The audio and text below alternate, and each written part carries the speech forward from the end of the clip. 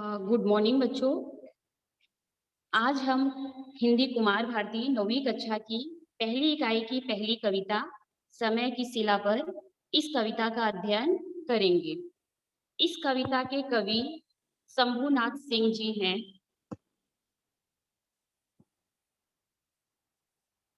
बच्चों, शंभुनाथ सिंह जी का जन्म 17 जून 1916 रावतपाल देवरिया उत्तर प्रदेश में हुआ था। इनकी मृत्यु 3 सितंबर 1991 में हुई। इनके बारे में और थोड़ा हम इनके जीवन के बारे में और थोड़ा परिचय देखेंगे। शंभुनाथ सिंह जी नवनीत परंपरा के शीर्ष प्रवर्तक, प्रगतिशील कविता के कवि के रूप में जाने जाते हैं। बहुमुखी प्रतिभा के धनी आप कहानीकार, समीक्षक, नाटककार और पुरातत्वविद भी थे। बच्चों, ये जो समय की शिला पर है, यह नवगीत विधा से लिया गया है।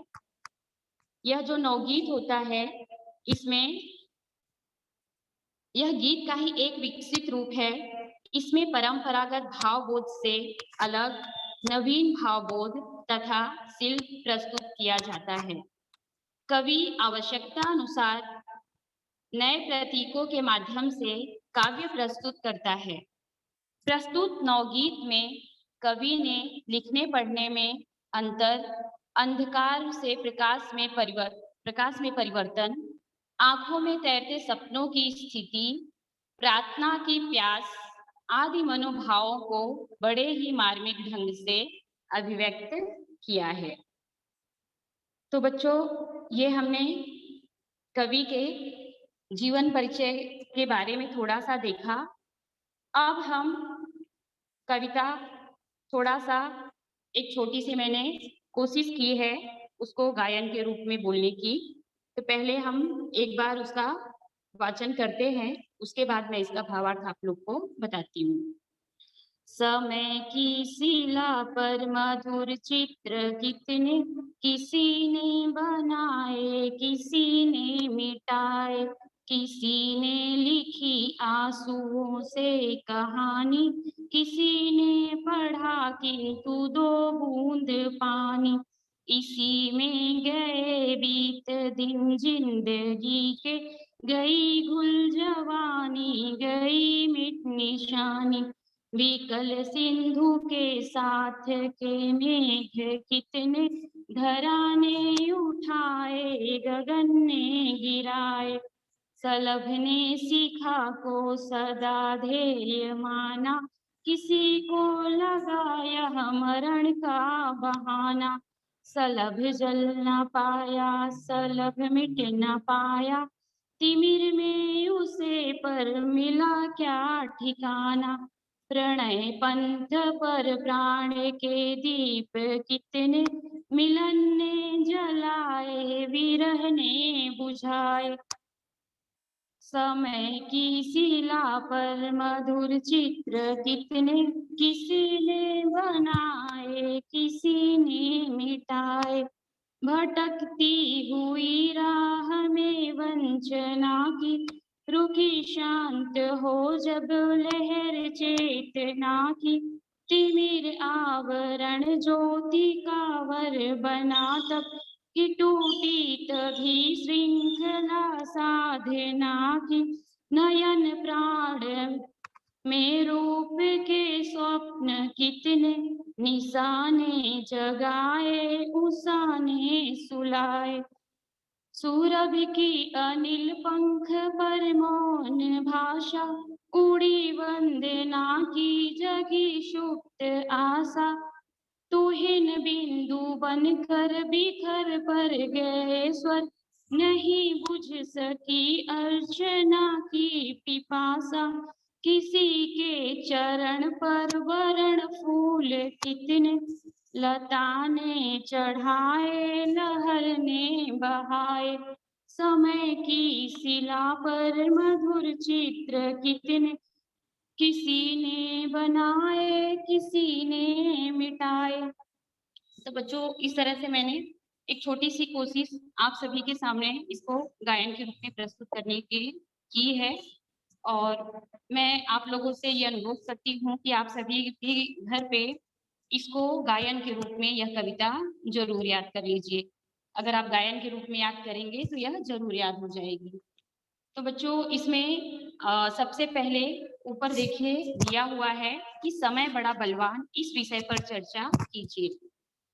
तो यह एक कहावत है। यह कहावत जो है 100% सच सच है। बच्चों समय सही में बहुत ही बलवान अर्थात ताकतवर होता है। समय का जो पहिया है जब घूमता है तो वो एक राजा को रंक भी बना सकता है और एक रंक को राजा भी, रंक यानी गरीब, यानी एक अमीर व्यक्ति भी गरीब हो सकता है और एक गरीब व्यक्ति भी अमीर हो सकता है। यानी इसके लिए क्या करना होता है कि समय के साथ में हमें लगातार आगे बढ़ते रहने की कोशिश करनी चाहिए। आगे आगे का जो है वो सोच करके आगे हमें हमेशा बढ़ते रहना चाहिए।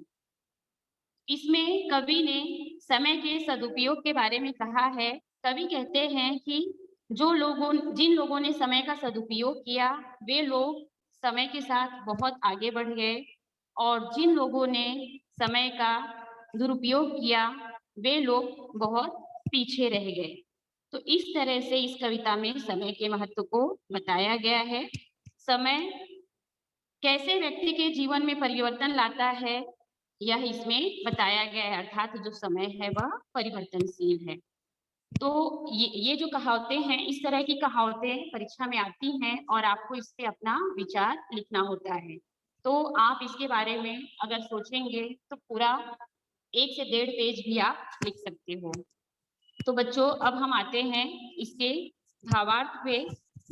तो जो पहली लाइन है, समय की शिला पर मधुर चित्र कितने, किसी ने बनाए किसी ने मिटाए।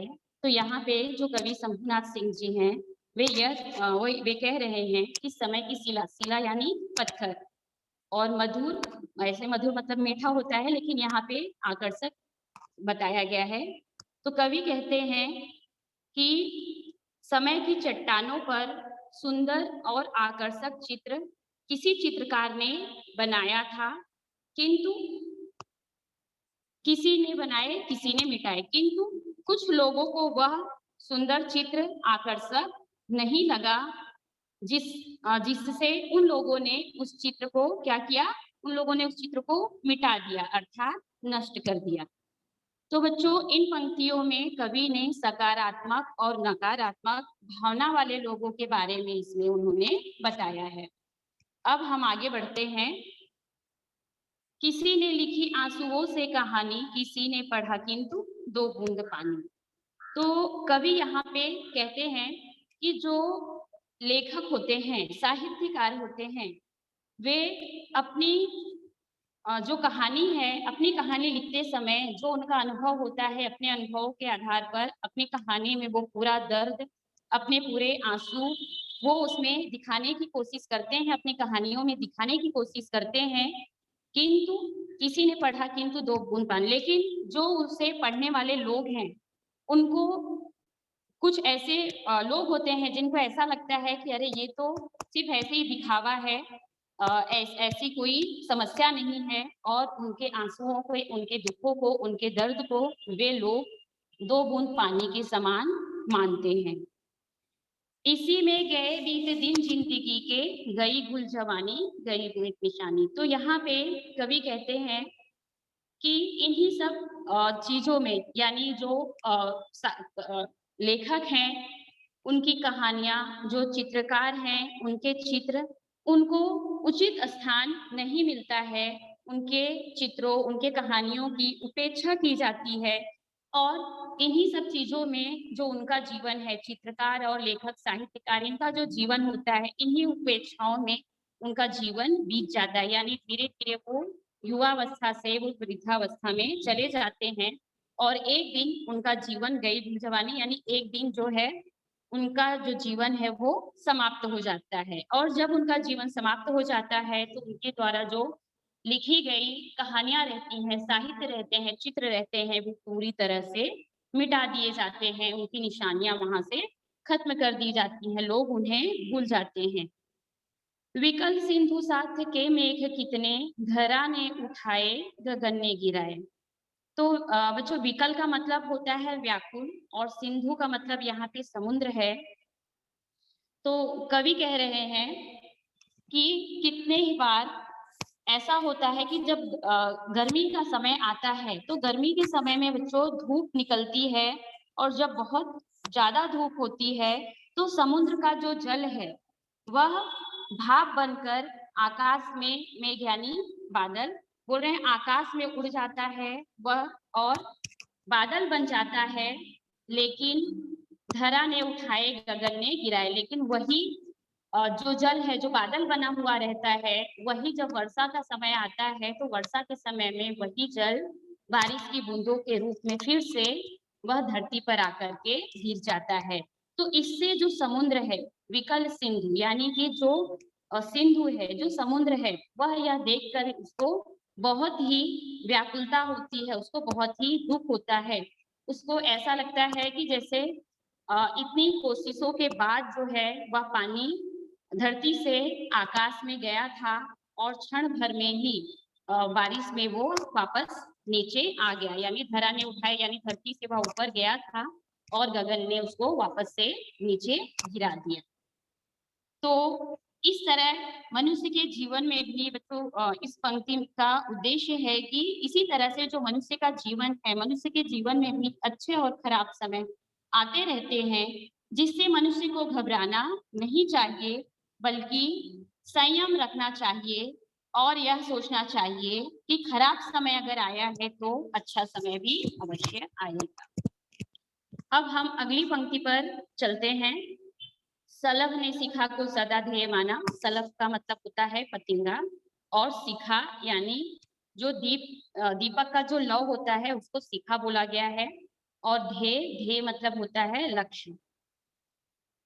तो यहाँ पे कवि शंभुनाथ सिंह कहते हैं कि जो पतिंगा होता है वह उसका हमेशा यह लक्ष्य होता है कि वह दीपक की लौ तक पहुंच जाए।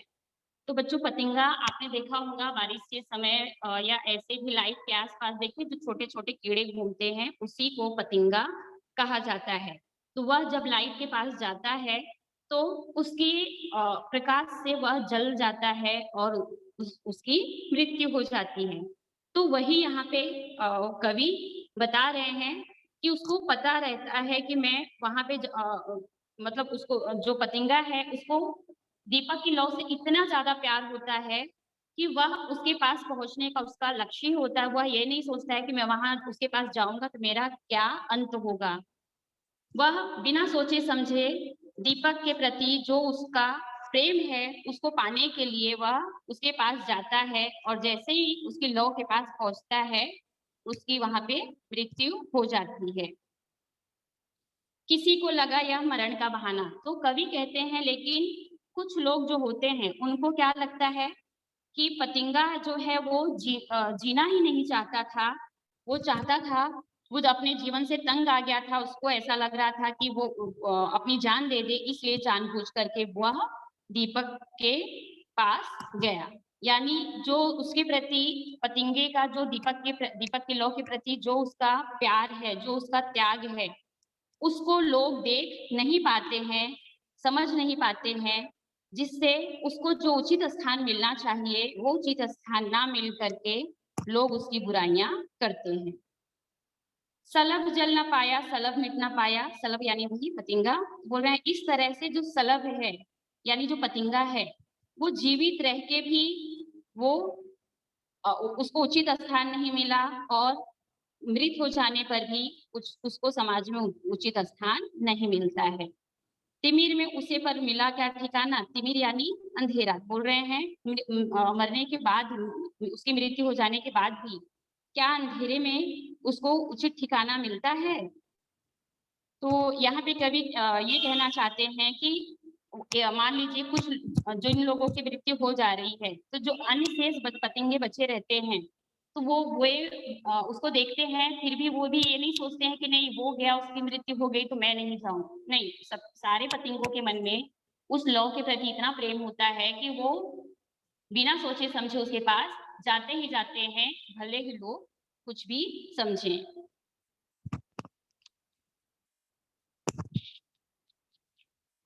आगे, प्रणय पंथ पर प्राण के दीप कितने, मिलन ने जलाए, विरह ने बुझाए।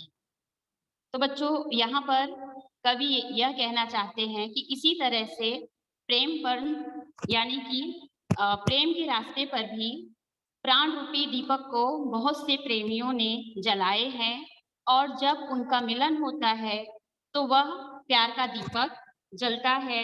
लेकिन जब उनको अलग कर दिया जाता है, देखिए है ना, विरह ने बुझाए, लेकिन जब उनको अलग कर दिया जाता है तो दुनिया में, समाज में उनको दुनिया और समाज जब उनको मिलने नहीं देती है, तो वहां उनके प्रेम का जो दीपक है वह बुझ जाता है। अब अगली पंक्ति, भटकती हुई राह में वंचना की, रुकी शांत हो जब लहर चेतना की। तो यहाँ पे कवि कह रहे हैं वंचना, वंचना मतलब होता है धोखा। तो कवि कह रहे हैं कि मनुष्य की जो भावना है वह जब तक अचेतन रूप में रहती है, तब तक वह धोखाधड़ी, इन सब चीजों में उसका जो मन है वह भटकता रहता है। लेकिन जैसे ही उसके जीवन में उजाला आता है, यानी कि जैसे ही चेतना उसकी जागती है, यानी उसको समझ आ जाता है, वैसे ही वो धोखा, विश्वास, लड़ाई झगड़ा, इन सब चीजों में फंसता नहीं है, और उसको ज्ञान प्राप्त हो जाता है। तब उसे पता चल जाता है कि क्या अच्छा है और क्या बुरा है, यानी तब उसके जीवन में चेतना आ जाती है। तब वह भटकाव, जो उसके मन का जो भटकाव है वह रुक जाता है। आगे, तिमिर आवरण ज्योति का वर बना तब। तो यहाँ पर बच्चों, तिमिर, तिमिर का मतलब होता है अंधेरा।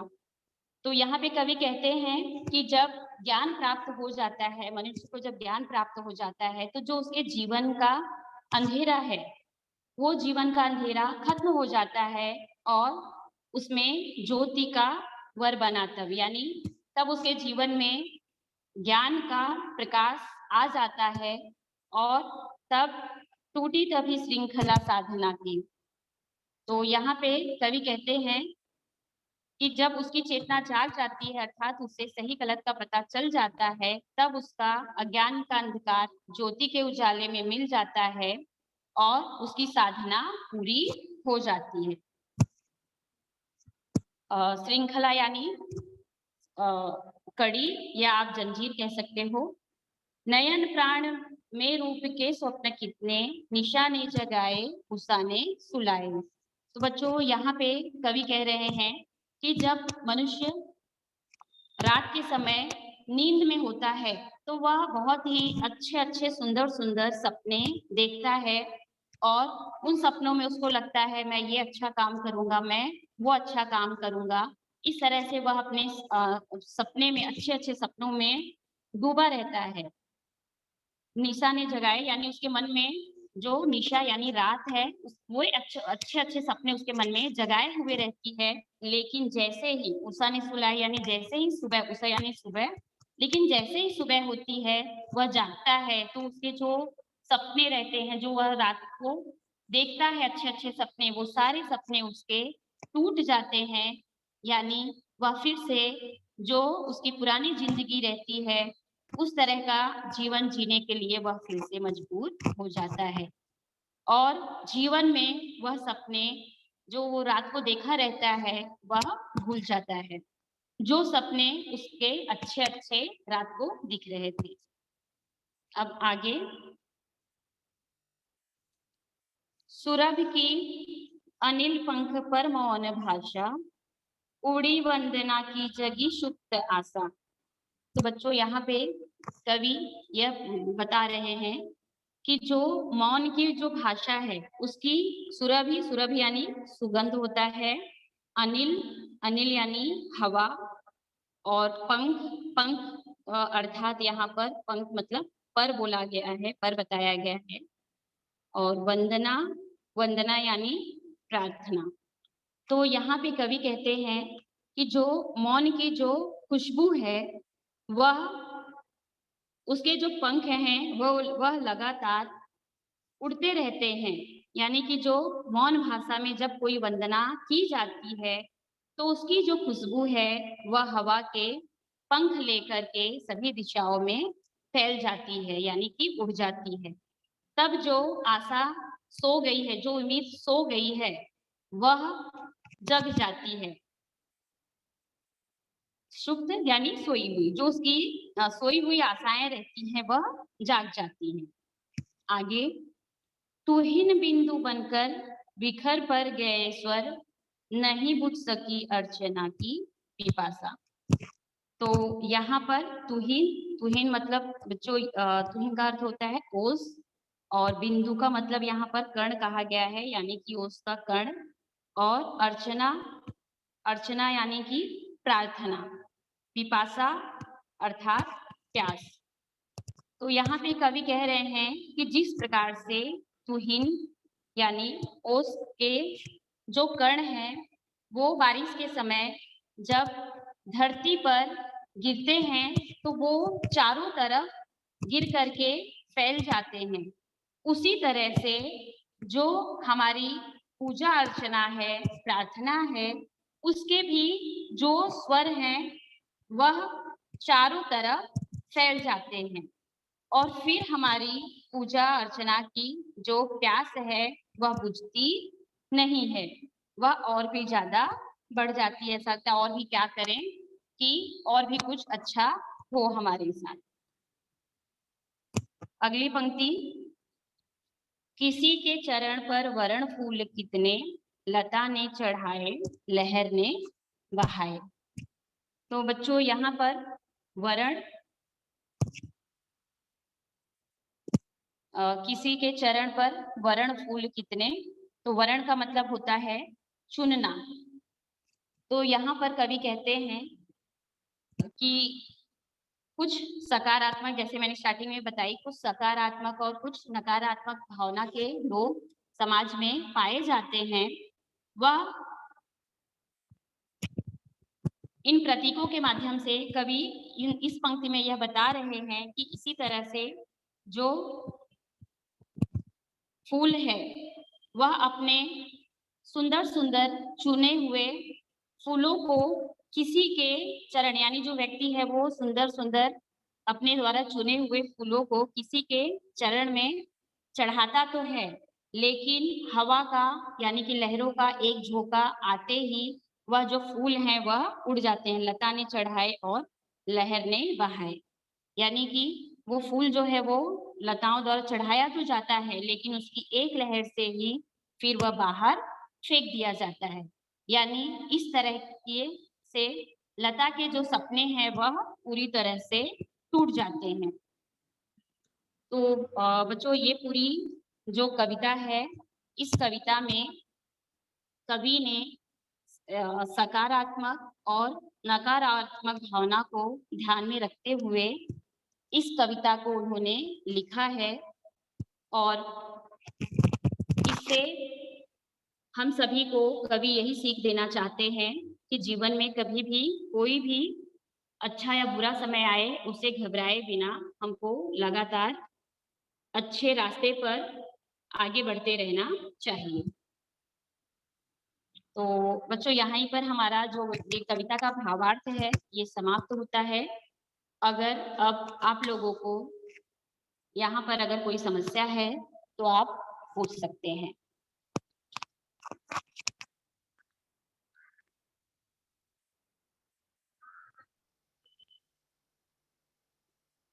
हेलो,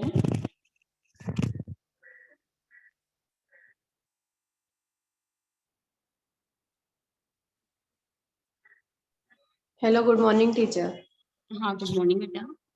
टीचर वो पोयम का फर्स्ट वाला ऊपर है ना, जो 2 लाइन।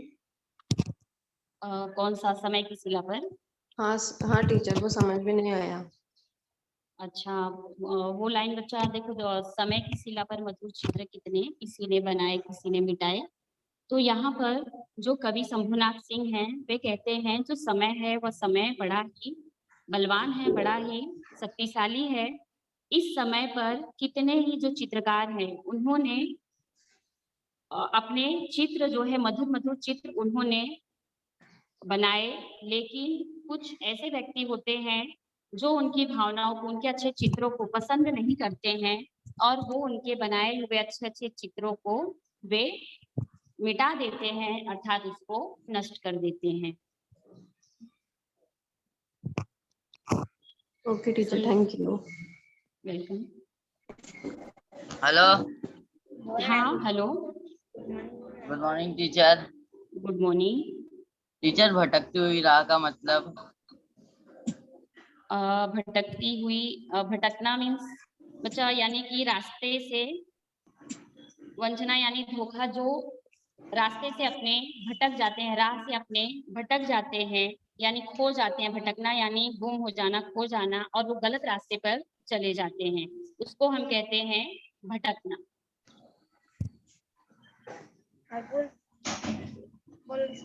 टीचर, स्क्रीन नहीं दिख रहा था। हाँ, आज ना नेटवर्क का बहुत इशू है, जिससे मैंने इसीलिए ओरल ही सब कुछ को कर दी। Thank you. वेलकम। टीचर, मुझे लास्ट पैराग्राफ नहीं समझ में आया। लास्ट, एकदम लास्ट वाला। सुरभ की अनिल पंख पर मौन भाषा, ये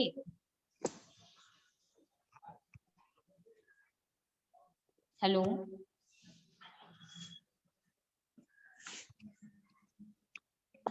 हाँ टीचर।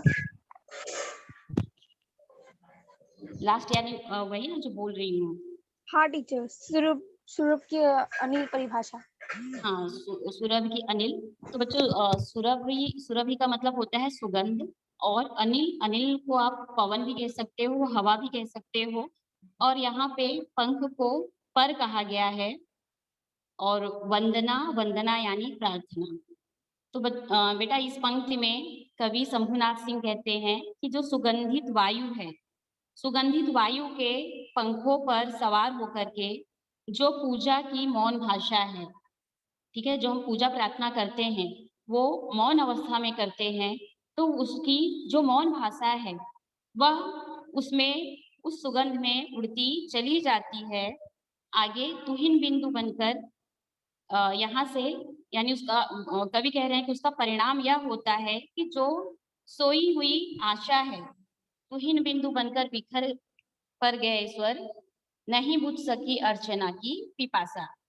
बोल रहे हैं कि जब बारिश होता है, बारिश के समय में जो ओस के कण होते हैं वो जब धरती पर गिरते हैं तो चारों तरफ वे फैल जाते हैं। इसी तरह से जो हमारी पूजा है, हमारी जो प्रार्थना है, उसकी जो प्यास है, वह यानी वो जो हमारा लगाव है वह बुझता नहीं है, बल्कि वह और भी बढ़ जाता है। और लास्ट में, किसी के चरण पर वरण फूल कितने, लता ने चढ़ाए लहर ने बहाए। तो यहाँ पे कवि कह रहे हैं कि लता ने किसी के चरणों में अपनी पसंद के फूल चढ़ाए, किंतु लहर और हवा के एक झोंके ने ही उसको एक झटके में ही उठा करके वहां से बाहर फेंक दिया। यानी अगर पानी में चढ़ा रहे हैं तो वो एक लहर के झोंके से ही बाहर आ जाता है, और कहीं अन्य जगह पे चढ़ा रहे हैं तो भी हवा के द्वारा वो बाहर आ जाता है। समझा?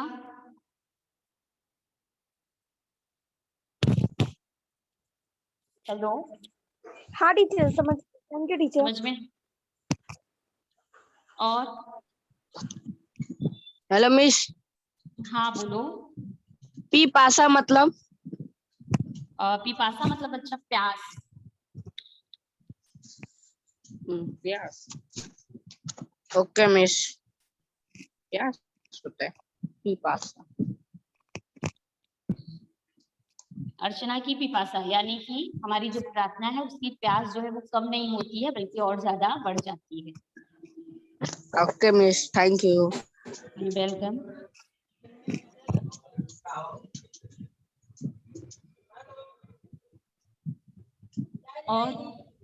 और कोई?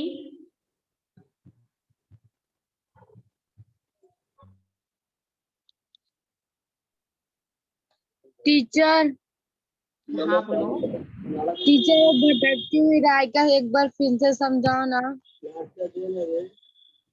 भटकती हुई राह में वंचना की, ये? हाँ टीचर। अच्छा,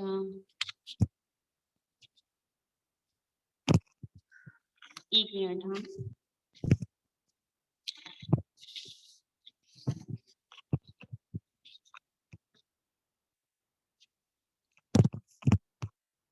हाँ, हाँ तो देखो, ये है चौथा आपका, भटकती हुई राह में वंचना की। वंचना का मतलब मैंने आपको क्या बताई? धोखा। और चेतना यानी साधना।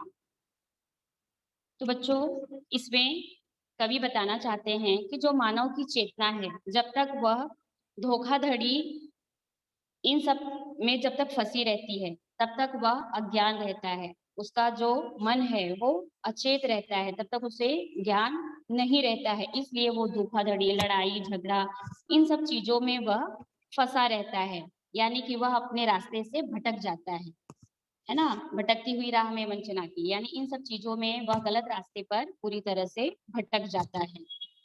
रुकी शांत हो जब लहर चेतना की। तो यहाँ पे कवि कह रहे हैं लेकिन जैसे ही उसके मन में उसका मन जो है वो चेतन हो जाता है, यानी उसको ज्ञान हो जाता है, उसको बोध हो जाता है, तब उसका जो मन है वो एक जगह शांत हो जाता है और वो अपना अच्छा बुरा सब कुछ समझने लगता है। तब जो उसका जीवन है वह अंधकार से, यानी जब तक उसके अंदर जब तक चेतना का अभाव रहता है यानी अज्ञान, तब तक उसके अंदर अज्ञान है। और जैसे ही उसकी चेतना जाग गई यानी उसको ज्ञान हो गया, वैसे ही उसके जीवन में प्रकाश आ जाता है यानी उजाला आ जाता है। वह अपना अच्छा बुरा समझने लगता है और जिससे वह गलत रास्ते पर नहीं जाता है और सही रास्ते पर फिर वह चलने लगता है।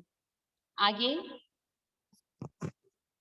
तिमिर आवरण ज्योतिकावर बना तब कि टूटी तभी श्रृंखला की पिपासा।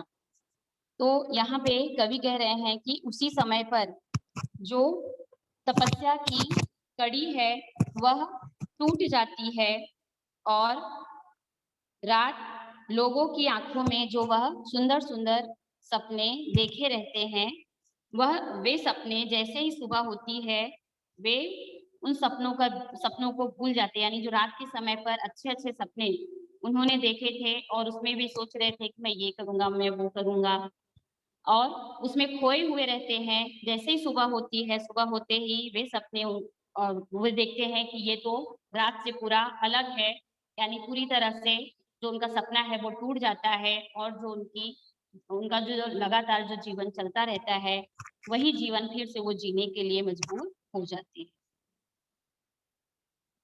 क्लियर हुआ? हेलो,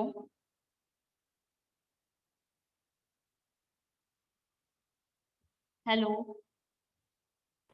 हाँ मिस, हो क्या है? ठीक है सर, फिर तो यहीं पर आज मैं अपना यह को समाप्त करती हूँ। धन्यवाद बच्चों।